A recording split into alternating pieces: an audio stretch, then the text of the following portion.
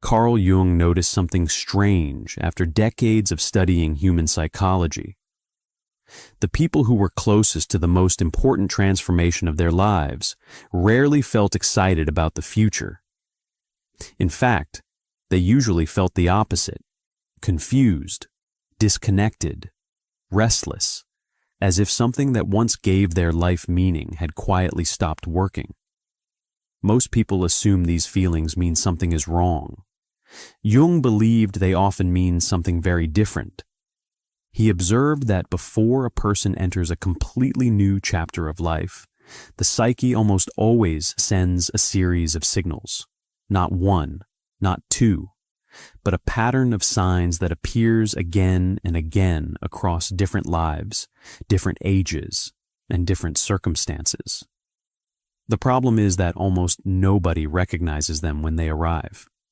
People mistake them for failure, for burnout, for depression, for a midlife crisis. And because they misunderstand what is happening, they often run back to the very life they were meant to outgrow. So here's the question. What if the confusion you're feeling right now is not a sign that you're lost? What if the emptiness, the restlessness, the strange sense that your old life no longer fits you are actually signs that something in you is trying to change? Because according to Jung, the best chapter of a person's life rarely begins when everything is working. It begins when the old life starts losing its grip. In this video, I'll show you the 4 signs Jung believed often appear when someone is standing at that threshold, and why the period that feels most uncertain is often the beginning of something far more meaningful than you realize. If you recognize yourself in these signs, what you're experiencing may not be a breakdown at all. It may be the beginning of the chapter you were always meant to live. Let's find out. 1. The life you built wasn't really yours. Most people believe that a life crisis begins when something goes wrong. A loss, a betrayal, a failure that cannot be hidden. Something that breaks the surface and gives the pain a name and a reason. But Jung observed something far more unsettling. He watched people arrive at his door not because their lives had fallen apart, but because their lives had gone exactly according to plan. And they were devastated by it. The career was built. The family was formed. The achievements were real. And yet beneath all of it, something felt borrowed, inherited, like wearing a coat that was tailored for someone else's body. You have worn it long enough that you forgot it was never cut for you. But the body remembers. The body always remembers. Jung called the mask we build the persona, the role we construct to be accepted, to be loved, to be safe inside the structures we were born into. And he wrote something that many people read and immediately feel in their chest without fully understanding why. He wrote, "The persona is that which in reality one is not, but which oneself, as well as others, think one is." Read that again slowly. The person you have been presenting to the world, the responsible one, the capable one, the one who has it together, may not be you at all. It may be the most sophisticated survival mechanism your psyche ever built. And here's what Jung understood that almost no one talks about. The persona is not built only from what your parents expected of you, though that is part of it. It is built from something older and deeper. He called it the collective unconscious, the inherited architecture of human experience, the archetypes that a culture writes onto a person before they are old enough to choose differently. You did not just inherit your mother's expectations. You inherited the archetype of the successful professional, the good partner, the person who does not complain, the person who pushes through. These are not personal instructions. They are cultural scripts that run so deep, Most people never question whether they wrote them. And the trouble with living inside an archetype you never consciously chose is this: you can succeed completely at being it and still feel like you are disappearing. Elena, a brilliant lawyer, a caring mother, a successful woman who did everything perfectly according to every available role model. And standing before that mirror at age 41, she felt less authentic than at any other time in her life. Not because she failed in the script, because she mastered it, because she gave the best performance of her life, and now she no longer finds herself behind it. This is not a crisis. This is what Jung called the beginning of individuation. The moment the soul decides it will no longer live inside a story written by someone else. The moment the real person, the one buried under decades of performance, begins to push toward the surface. It does not feel like awakening at first. It feels like something is wrong with you. Nothing is wrong with you. You have simply outgrown the coat. 2. When everything stops making sense. The stage in the alchemical process where the base material has to decompose completely before it can be transformed into something of genuine value. The alchemists understood something that our self-improvement culture has systematically forgotten. You cannot refine gold from ore without first breaking down the ore. The structure has to dissolve. The original form has to be surrendered, and that dissolution looks from every angle like pure loss. Jung wrote, "There is no coming to consciousness without pain." He was not being poetic. He was describing a mechanism. The pain you are experiencing is not a signal that something is going wrong. It is the signal that something is going right, something your ego does not want. Something your ego will fight with everything it has. Here is the distinction that changes everything. The ego does not want transformation. The ego wants improvement. It wants to become a better version of itself while remaining fundamentally the same. It wants to add new capabilities, new relationships, new achievements, new perspectives to its existing structure, without ever questioning whether that structure needs to come down entirely. Every self-help book, every productivity system, every 3-step program promising rapid transformation, they all speak to the ego. They promise that you can get to the other side without going through the middle, that you can have the new chapter without allowing the old one to actually end. Jung would have looked at all of it and recognized it as what it is: the ego's desperate attempt to avoid the one thing that could actually transform it. Think about what happens in nature during winter. Everything above ground goes dormant. The landscape looks barren, lifeless. If you did not understand seasons, you would assume the earth was finished producing anything. But underneath that frozen surface, the soil is restructuring itself. Root systems are deepening in ways they never could during the busy growing season. The apparent death is the condition for the next period of growth. Elena spent 6 months trying to fix what she was feeling. Every solution worked briefly. None of them touched the actual thing. She described it later this way. She said it felt like she was rearranging furniture in a house that needed to be rebuilt from the foundation. She was right. And the moment she stopped trying to rearrange the furniture was the moment everything finally began. 3. The 4 signs you are already crossing over Jung did not only describe this threshold period in philosophical language. He documented specific psychological markers, things he observed consistently across hundreds of patients, that appeared in people who were approaching a major life transformation.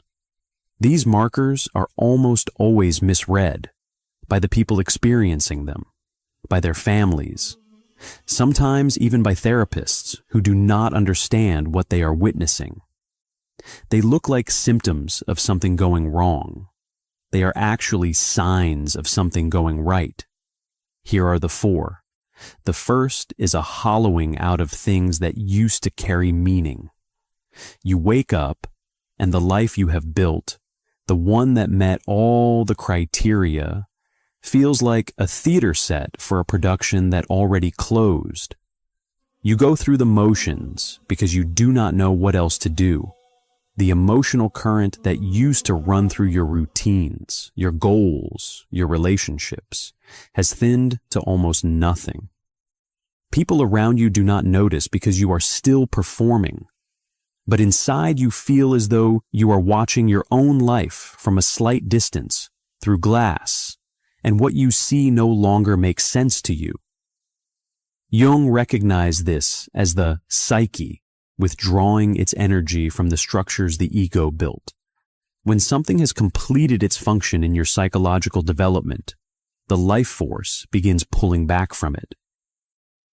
Think of the way sap retreats from branches in autumn. The branches do not break. They just go quiet.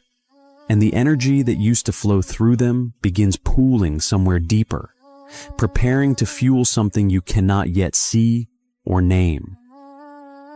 The second marker is an uprising from places you thought were settled. You start dreaming vividly, dreams that feel significant even when they resist explanation. Memories surface that you have not thought about in decades. Emotions arrive with no apparent cause. You cry without knowing why. You feel waves of anger that do not connect to anything happening in your present life. Old wounds you believed you had healed begin aching again, as though they had only been sleeping. This is the unconscious making its move. When the ego's grip on consciousness loosens, when the old identity starts losing its authority, everything that was compressed underneath that identity begins rising. Every feeling you set aside because you did not have time for it. Every part of yourself you rejected in order to fit into the life you were building. All of it starts coming up. And the pressure behind it is enormous because it has been held down for years, sometimes for decades. The third marker is an intense, almost physical need for solitude that no one in your life understands. You cancel plans. You need more time alone than you ever have. Social situations that used to feel natural begin to feel like they are taking something essential from you. You are not depressed exactly. You just cannot be around other people without sensing that something important is leaking out of you. Like every interaction requires you to perform a version of yourself that is becoming impossible to sustain. Jung understood this as the psyche conserving its resources. Transformation requires enormous internal energy, and the psyche begins redirecting that energy away from external engagement and toward the interior work that is underway. Your need for solitude in this period is as legitimate as the body's need for stillness during illness. Something inside you is being rebuilt. The rebuilding requires the energy you have been giving away to everything and everyone else. The fourth marker is the one that frightens people most, and it is the one most commonly misdiagnosed. It is not simply that your tastes change or your goals lose their pull, though those things happen too. It is something stranger and more specific than that. It is the arrival of feelings and impulses and desires that you have spent your whole life refusing to acknowledge. A restlessness that does not belong to your current life. A strange grief for a version of yourself you never allowed to exist. An inexplicable envy, not of what other people have, but of how freely some people seem to be living.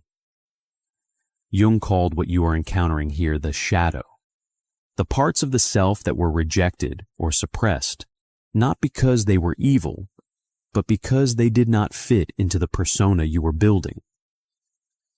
The creative impulse you set aside because it was not practical. The need for freedom you buried because responsibility demanded otherwise. The authentic emotional life you flattened because it made other people uncomfortable. He wrote this, and it is worth sitting with. He wrote, "One does not become enlightened by imagining figures of light, but by making the darkness conscious." The darkness that is arriving is not your enemy. It is the part of you that has been waiting the longest. The unlived self, knocking from the inside. Not to destroy what you have built, to demand that you finally let it exist. If you are sitting with 2 or 3 of these markers right now, you are not broken. You are not falling apart. You are standing at the threshold. And what happens next depends entirely on one thing: whether you can resist the pull to retreat back to the familiar before the new thing has a chance to form. 4. The gap between 2 breaths. This is where most people lose the transformation that is trying to happen, not during the hollowing out or the rising of old pain, but in the silence that comes after, when the old structure is gone or going, and the new one has not yet arrived, when there is nothing left to hold on to and nothing visible to move toward. Jung described this as a kind of psychological freefall, and that is exactly what it feels like. The goals that once organized your days have dissolved. The identity you used to navigate the world has lost its coherence. The story you told about who you are and why your life matters has stopped making sense. And you are left in a void that the ego experiences as the most threatening thing it has ever encountered. Because the ego survives through structure, through knowing, through having a plan, a role, a reason. When all of that is stripped away, the ego goes into a primal panic. This is not a metaphor. Neuroscience tells us that the human brain is hardwired for loss aversion. The fear of losing what we have is neurologically twice as powerful as the anticipation of gaining something equivalent. The brain registers this kind of identity dissolution the same way it registers physical danger, and it responds accordingly, with every survival mechanism it has ever developed. This is the moment when people call the former partner, take the job they know will make them miserable, rebuild the persona they had finally started shedding, make peace with the life that was slowly suffocating them, because at least that life has a shape they recognize. Jung watched this happen constantly. He would see someone standing at the very edge of genuine change, the old life crumbling, the new self stirring underneath, and then they would panic. They would grab onto the wreckage of what was falling apart and try to reassemble it. And they would succeed, sort of. The relationship would return to shaky ground. The career would continue with renewed but hollow determination. And from the outside, it would look like recovery, like they had weathered the storm. But Jung knew what they were carrying now. He called it the pain of the unlived life. The particular weight of a person who came to the edge of becoming something genuine and turned back, not because they lacked the strength, because they could not tolerate not knowing for long enough. There is an image that has always helped me understand this threshold. Think about the space between 2 breaths. After you exhale completely and before you inhale again, there is a moment of absolute suspension, nothing moving, nothing happening. From the inside, it can feel like panic if you are paying attention to it, like the air might never return. But that pause is not emptiness.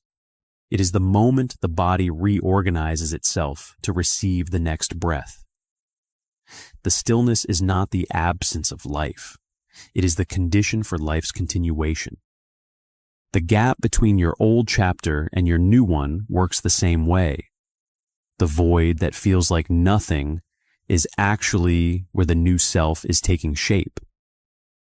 The emptiness is not the absence of meaning. It is the space where meaning that is actually yours, meaning not inherited or performed or borrowed from anyone else's idea of what your life should look like, is quietly gathering the strength to emerge. Elena reached this gap 3 separate times over the course of a year and a half. 3 times she picked up the phone to call her old managing partner and ask for her position back. 3 times something stopped her. Not wisdom, exactly. She described it as a physical sensation, a tightness in her chest that came when her hand touched the phone, as though her body knew something her mind was still arguing about. She did not call. She stayed in the gap. And what came through was not what she expected. But before we get there, there is something happening in the darkness itself that almost no one understands. Something that the gap is doing to you even when it feels like nothing is happening at all. 5. What the darkness is actually doing to you. People are taught to endure the darkness, to survive it, to white-knuckle through it until the light returns. Jung had a completely different relationship with it. He did not want his patients to endure the darkness. He wanted them to see what was alive inside it. Because the darkness, the real psychological darkness of the threshold period, is not inert. It is not an absence. It is the most active, most purposeful space a human being can inhabit. And what it is doing, if you let it, is something the light never could. The alchemists described 3 stages in the transformation of base material into gold. The first was the nigredo, the blackening and dissolution. The second was something they called the albedo, the whitening, the stage where light begins to penetrate the darkness, where what was dissolved starts to become visible in ways it never was before. The third was the rubedo, the reddening, the final integration into gold. Most people in the threshold period are living in the nigredo and waiting for the rubedo. They are enduring the dissolution and waiting for the gold. But they are skipping the stage that makes the gold possible. Jung wrote something that sits in the chest like a stone when you are ready to hear it. He wrote, "Until you make the unconscious conscious, it will direct your life, and you will call it fate." Think about what that means in practice. The thing you have been calling love might be the fear of being abandoned. The thing you have been calling responsibility might be a lifelong compulsion to make yourself necessary so that you cannot be rejected. The thing you have been calling strength might be an inability to ask for help that began as a survival strategy before you were old enough to drive a car. None of these realizations are failures. They are the albedo, the light penetrating the dissolution. And this seeing, this uncomfortable, honest, unflinching seeing, is the step that most people skip, and the reason most people never fully reach the other side. The shadow, as Jung understood it, does not become dangerous when it is seen. It becomes dangerous when it is denied. When the parts of you that were rejected, suppressed, or locked away operate invisibly, they function as the hidden architecture of your entire life. Your reactions, your patterns, your choices in relationships, your inexplicable self-sabotage, all of it sourced from somewhere you cannot access because you have never turned the light on in that room. There is a practical question that opens this stage, and it does not require a therapist or a meditation retreat or years of journaling. It is simply this: the most intense emotional reaction you have had in the last month. What is it actually about? Not the surface reason, not the story you told yourself or someone else. What is underneath it? What wound does it touch? What fear does it confirm? That question, held honestly, without rushing to answer it, is the doorway into the albedo. And walking through that doorway is the single most important thing you can do in the darkness. Because what you find there is not a monster. It is the part of you that has been waiting the longest to be seen. The unlived impulse, the buried creativity, the authentic need that you learned very young to pretend did not exist. Once it is seen, it cannot be unseen. Once it is integrated, it stops being fate. It becomes energy, the most powerful energy you have ever had access to, because it has been held under pressure for years, and it is finally free. 6. The moment everything turns into its opposite. The period of deepest isolation, the one that feels like you have been permanently separated from every genuine connection you ever had, almost always precedes the arrival of the most authentic relationships of a person's life.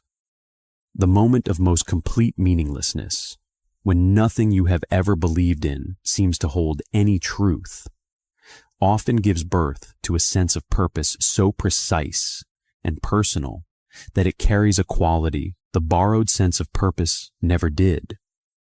The time when a person feels most completely lost, most disoriented, most certain that they have taken a wrong turn somewhere irreversible, is frequently the exact period when they are, for the first time, heading in the right direction.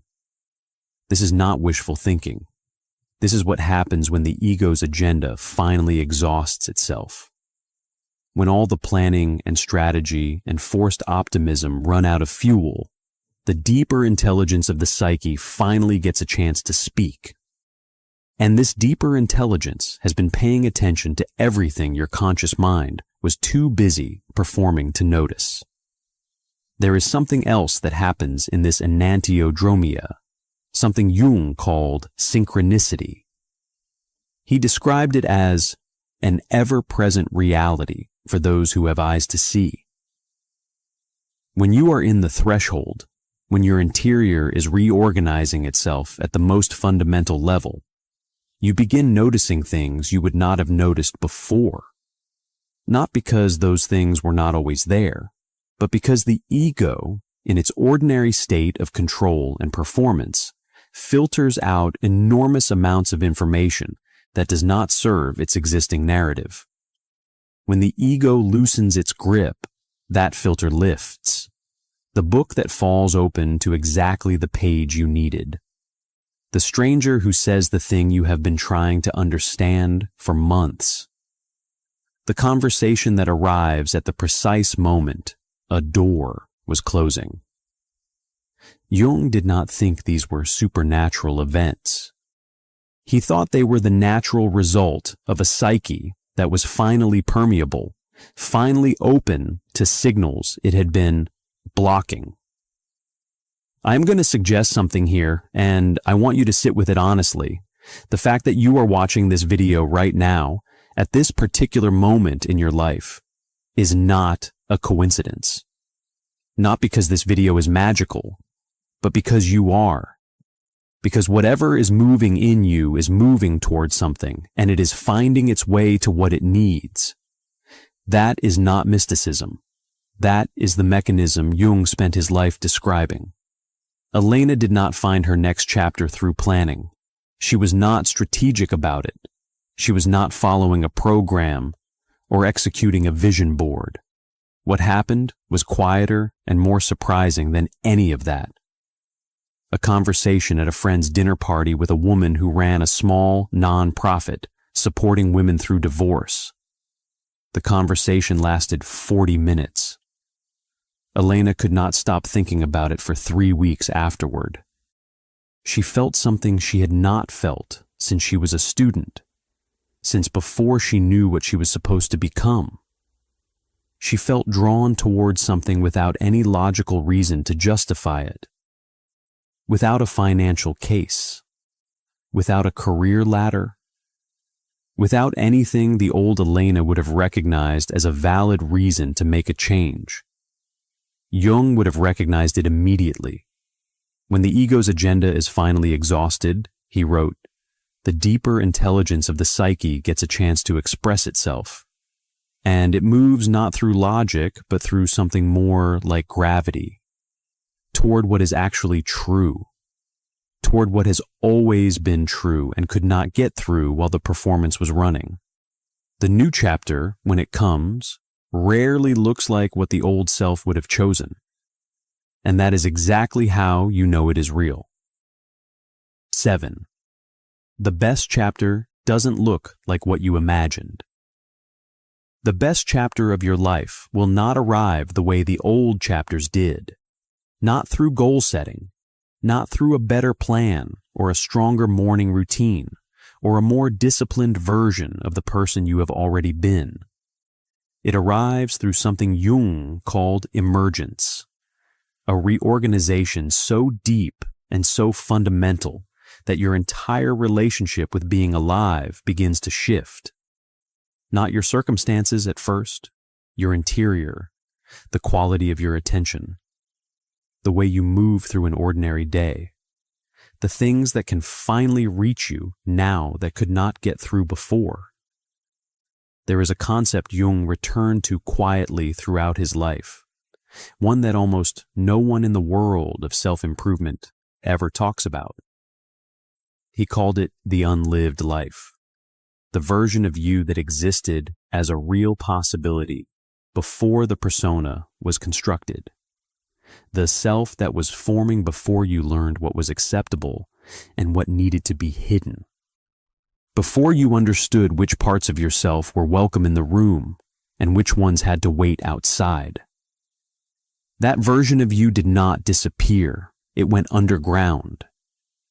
And it has been living there ever since, expressing itself in the only ways it could, as a vague longing you cannot locate, as grief that arrives without a clear cause, as the strange, specific envy you feel when you watch certain people live with a freedom you told yourself was impractical, as the dream that keeps returning, the one you wake from and carry with you longer than you should.